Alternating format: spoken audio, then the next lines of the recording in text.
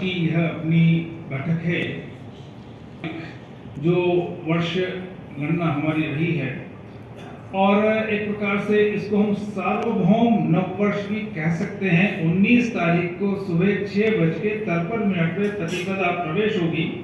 विश्व के किसी देश में चाहे दिन हो, रात हो, मध्याह्न हो, मध्यरात्रि हो, प्रतिपदा एक साथ प्रारंभ होगी और उसके बाद 20 तारीख को 4:53 रात्रि में समाप्त होगी।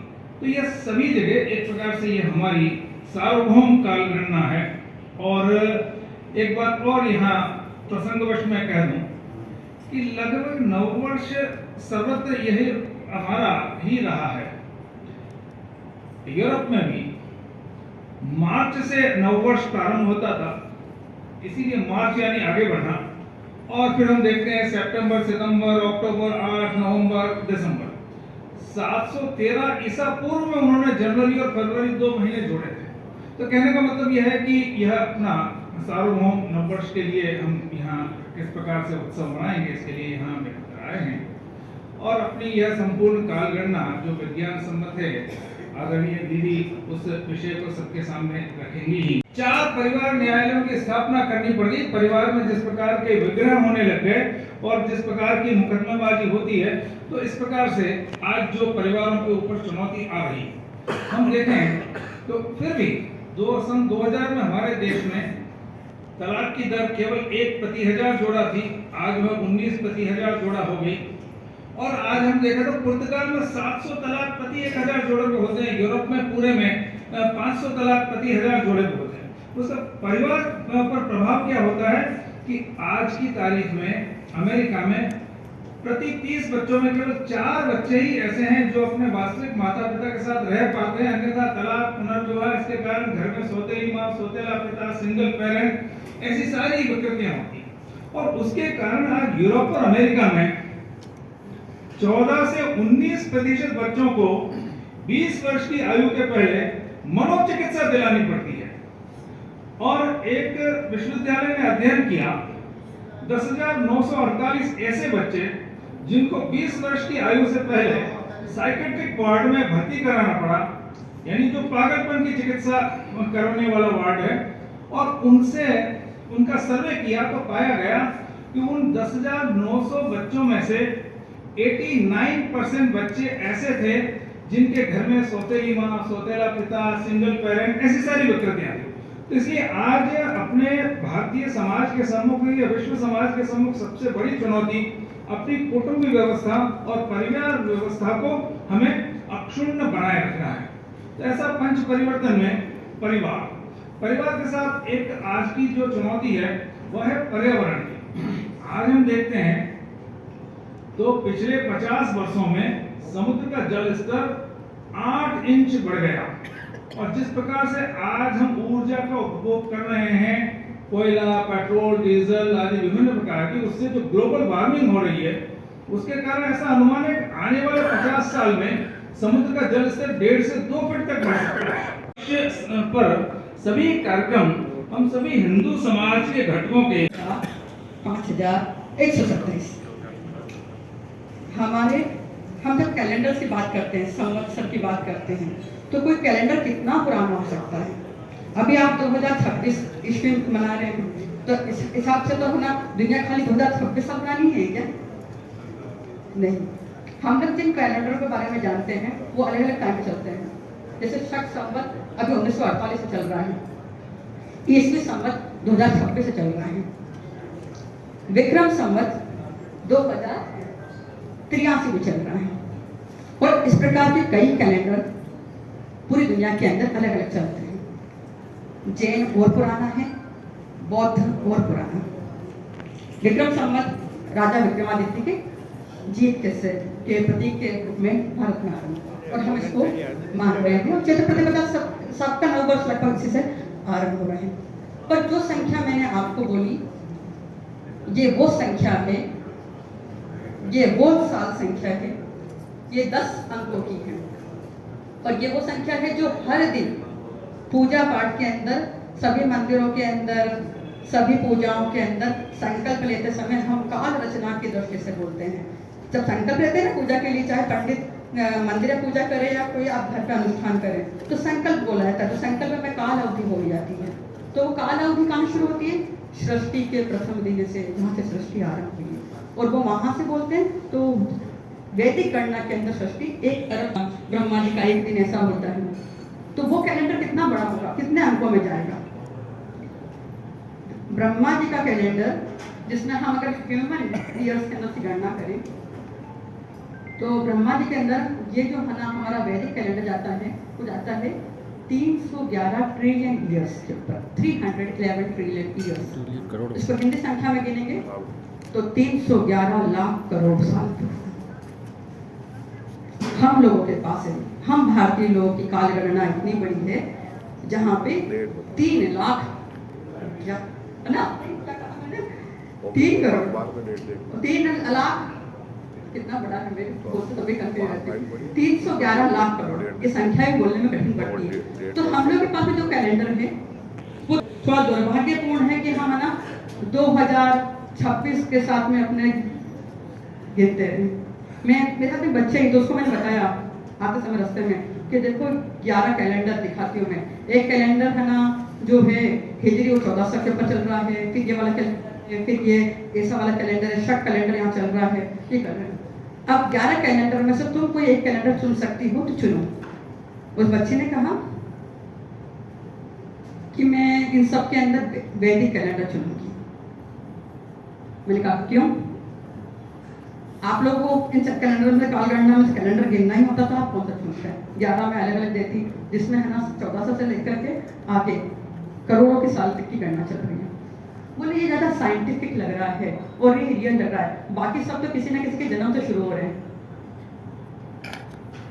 तो उस देश ने जिसने दुनिया के अंदर सबसे बड़ी काल गणना करी है, उसे समय का बोध कराना पड़े, ये थोड़ा अच्छी बात नहीं लगती। हमें गर्व बोध होना चाहिए, गौरव बोध होना चाहिए कि अब हम 127वें साल में प्रवेश कर रहे हैं। पर कौन से 127वें साल के अंदर प्रवेश कर रहे हैं? 1 अरब 96 करोड़ 53 लाख, है ना? 53 लाख के बाद के अंदर हम आगे बढ़ रहे हैं, तो फिर आकर के 127 का रेंज, वो बहुत लंबी गणना हो गई। फिर राजा विक्रमादित्य के पराक्रम का प्रतीक जो चल रहा है 2083 साल में। इसके अलावा एक कलयुग संवत की अवधि क्या है, अगर उसको कैलेंडर में हम गिने तो 5136 साल का। तो जिस देश ने इतने बड़े कैलेंडर दिए जो विश्व के लिए सोचना भी कठिन है, 311 ट्रिलियन ईयर्स के अंदर जा रहे हैं वो, उस देशवासियों को नव वर्ष की शुभकामनाएं। आप इस गौरव के साथ में अपना नव वर्ष मनाएं कि सबसे बड़ी काल गणना हम लोगों के पास में है और हम उसे जाने, अपने बच्चों तक पहुंचाएं। धन्यवाद। ऐसा हमारा भारतवर्ष है जो सभ्यता आरंभ से पुरातन होकर के, अभी जब हम सोचते हैं अरे नया वर्ष आ गया, लेकिन कितना कालखंड कटते कटते कटते भी इस कालखंड में जब हम प्रकृति की ओर देखते हैं, मन स्थिति भी अपने आप को पॉजिटिव की दिशा में जाता है। तो किसी ने पूछा कि वेस्टर्न कल्चर के लोग भारतीयता की ओर देख रहे हैं, ऐसा किसी ने कहा। लेकिन मेरा ऐसा मानना है कि वो लोग भारत के लोगों की तरफ नहीं देख रहे हैं। अगर वे लोग जो अपने आप को कहते हैं हम इन भारतीयों की तरफ देख रहे हैं, वो आप मीडिया की तरफ देख रहे हैं, इन संत वृंद की तरफ देख रहे हैं, इस भारतवर्ष में रहने वाला प्रत्येक भारत व्यक्ति के ऊपर देख रहे हैं कि ये भारत में संस्कृतमय जीवन जीते हैं, इसलिए हम आपकी तरफ देखते हैं। और ये शुभ घड़ी आ गई है अब कि जब ये हिंदू सनातन एकजुट होकर के विस्तृत और विहंगम कार्यक्रम जब मनाता है, तो समाज में ये भय नहीं अभय प्रदान करने वाला हिंदू सनातन है। इस हिंदू सनातन जब एकत्रित होकर के जब पिछले वर्ष में विहंगम विराट स्वरूप से मनाया कार्यक्रम, और पुनश्च ये शुभ घड़ी आ गई, आप और हम सभी मिलकर के मीडिया वाले को इतने सारे जो संयोजक और संयोजक टीम लगी हुई है, जब एक ही मंच पे आकर के जब इस कार्यक्रम को मनाएंगे तो निसंदेह हमारे समाज को शुभ हम संदेश देने वाले हैं।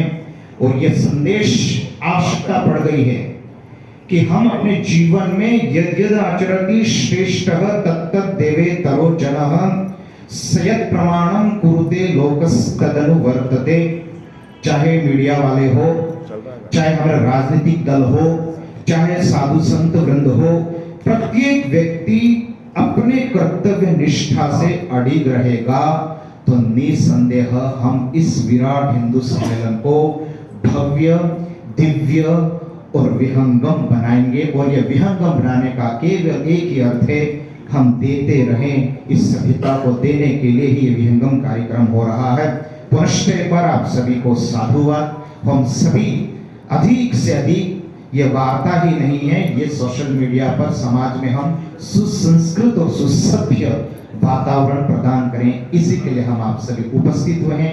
हम फिर मिलेंगे 18 और 22 को विहंगम कार्यक्रम में। पुनश्च शुभकामनाएं। नमन।